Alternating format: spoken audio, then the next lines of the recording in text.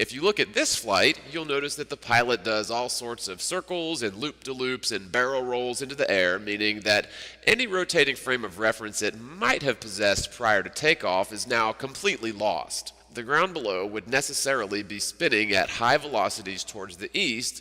However, the airborne plane simply would not be fixed to that frame of reference without a ton of calculations and contrary acceleration eastward to find its way back to that frame of reference. It would be nearly impossible, actually. When you see the plane do a nosedive, one thing that you'll notice is the ground below is totally stationary, much like the observations made from high-altitude weather balloons. This alone proves that the world is stationary, as airplanes absolutely do not have any sort of instrumentation or Pilot 101 calculations that would need to be figured in order to return to the frame of reference identical to the ground beneath.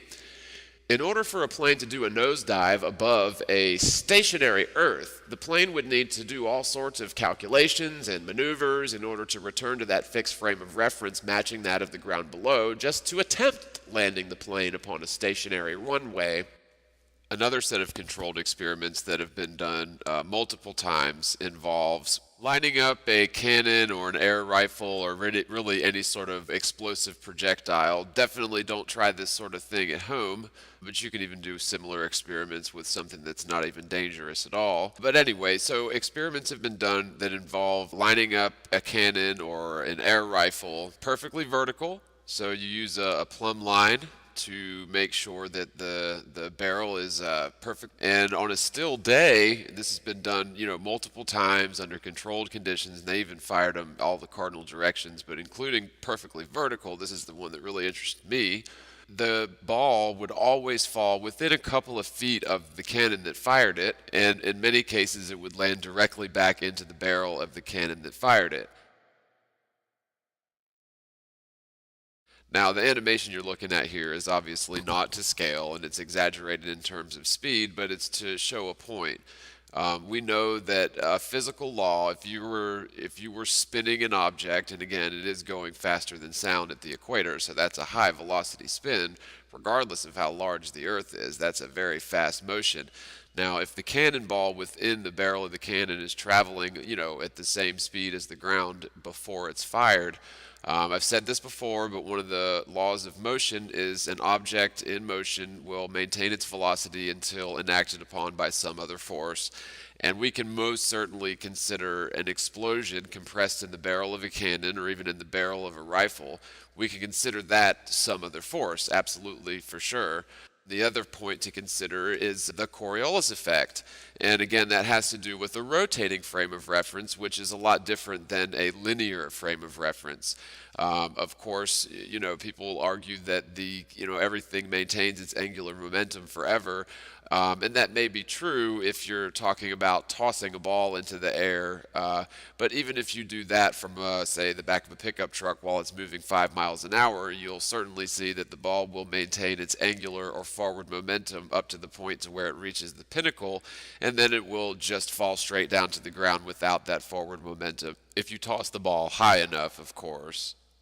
And this has nothing to do with the wind. Send the truck at 5 miles an hour, so there's not going to be a whole lot of back pressure.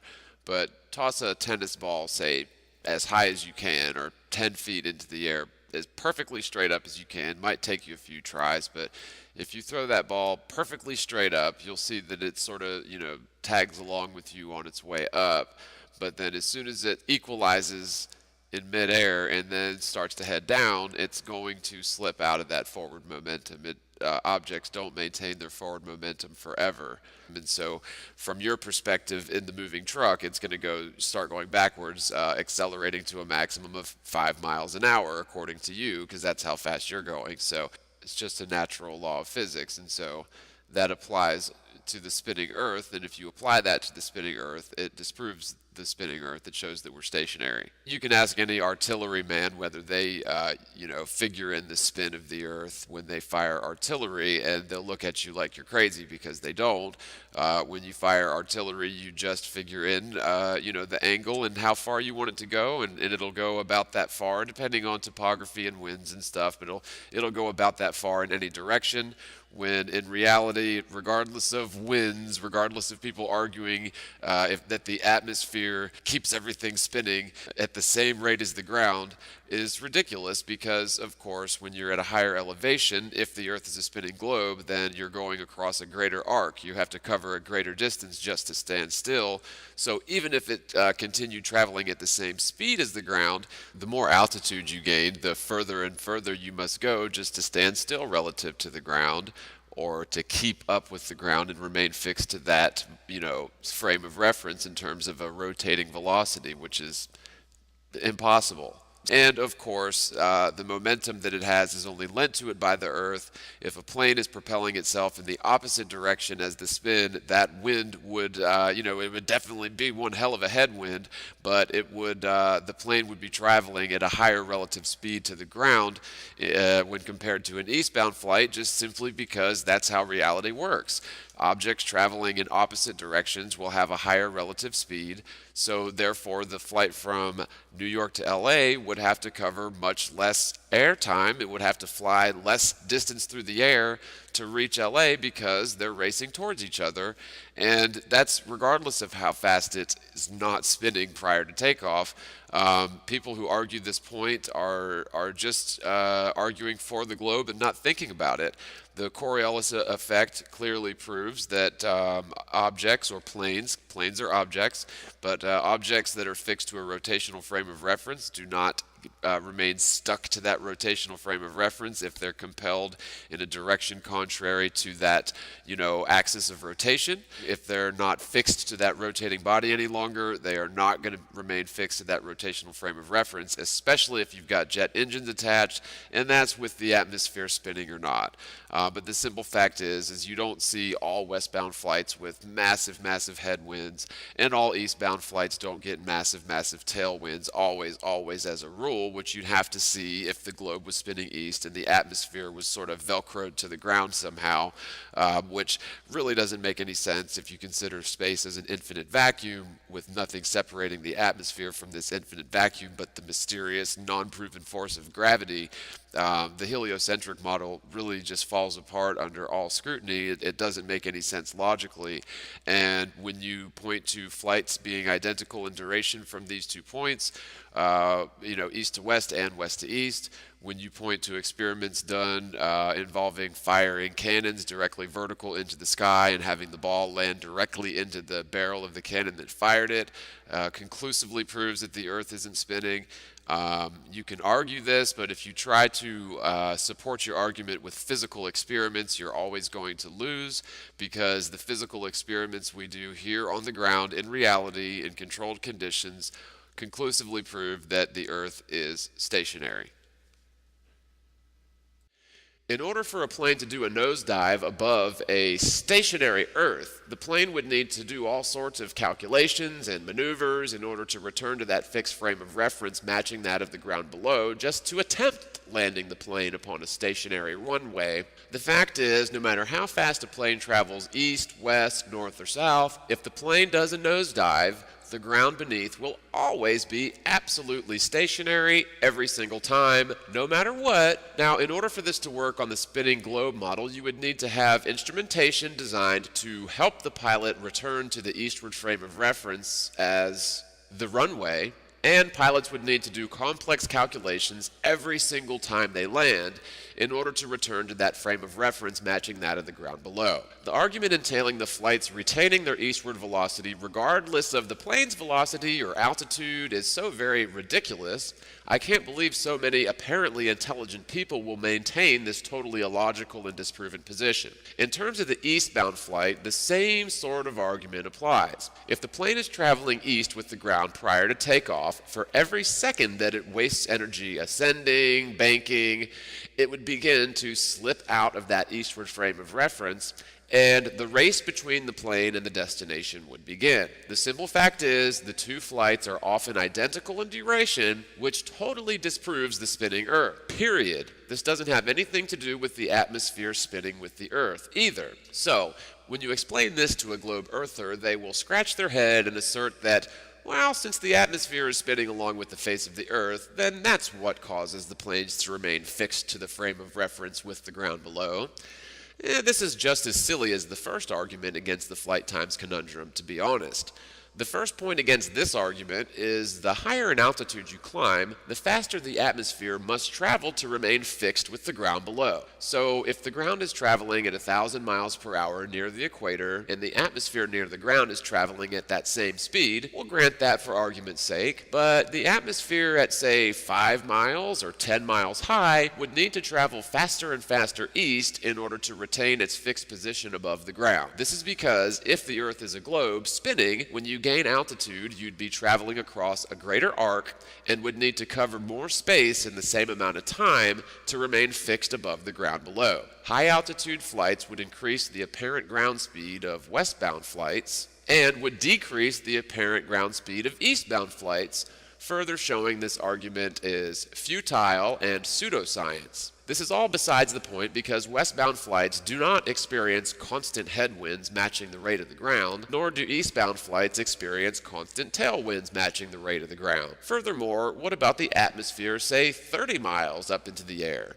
We can view weather balloon footage that clearly shows the ground below as fixed and it's not a globe. So what is causing weather balloons to travel faster and faster eastward as altitude is gained? Look at the footage of Felix Baumgartner's high altitude skydive at 130,000 feet and you'll clearly see that the ground beneath him is stationary even at those high altitudes. In other words, if the atmosphere is velcroed to the rate of spin near the ground, there's no possible way to retain that frame of reference if it's that high up, since it would need to accelerate faster and faster east as altitude is gained to remain fixed above the ground below. We can clearly see the ground beneath is stationary, and he's not traveling at a high velocity, apparently west, which he necessarily would be doing if he went straight up from the spinning ground below. Even if he was traveling at the same speed as the ground below, the higher up in altitude he gets, he should start slipping further and further west, since he's apparently traveling across a greater arc.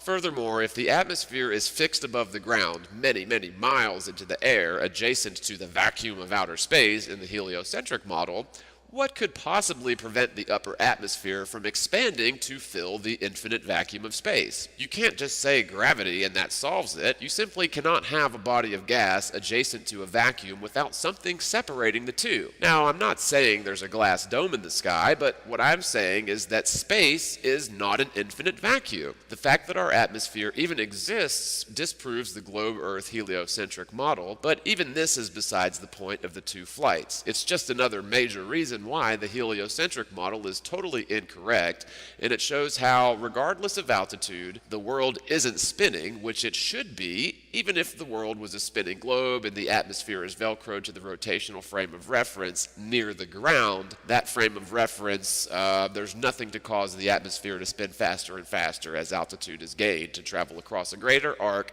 and remain fixed above the ground. The final point to debunk is the claim that the flights are not identical, and the eastbound flights are often faster than the westbound flights. Now, that may be true, however, that's exactly the opposite of what you'd expect if the Earth was spinning eastward. Calculations and maneuvers in order to return to that fixed frame of reference matching that of the ground below, just to attempt landing the plane upon a stationary runway.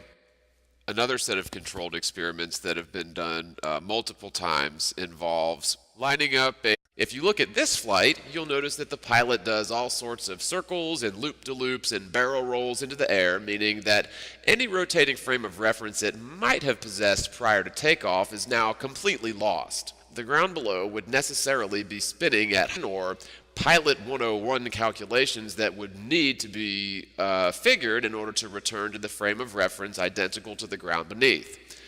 In order for a plane to do a nosedive above a stationary Earth, the plane would need to do all sorts of... See the plane do a nosedive, one thing that you'll notice is the ground below is totally stationary, much like the observations made from high-altitude weather balloons. This alone proves that the world is stationary, as airplanes absolutely do not have any sort of instrumentation, high velocities towards the east. However, the airborne plane simply would not be fixed to that frame of reference without a ton of calculations and contrary acceleration eastward to find its way back to that frame of reference. It would be nearly impossible, actually. When you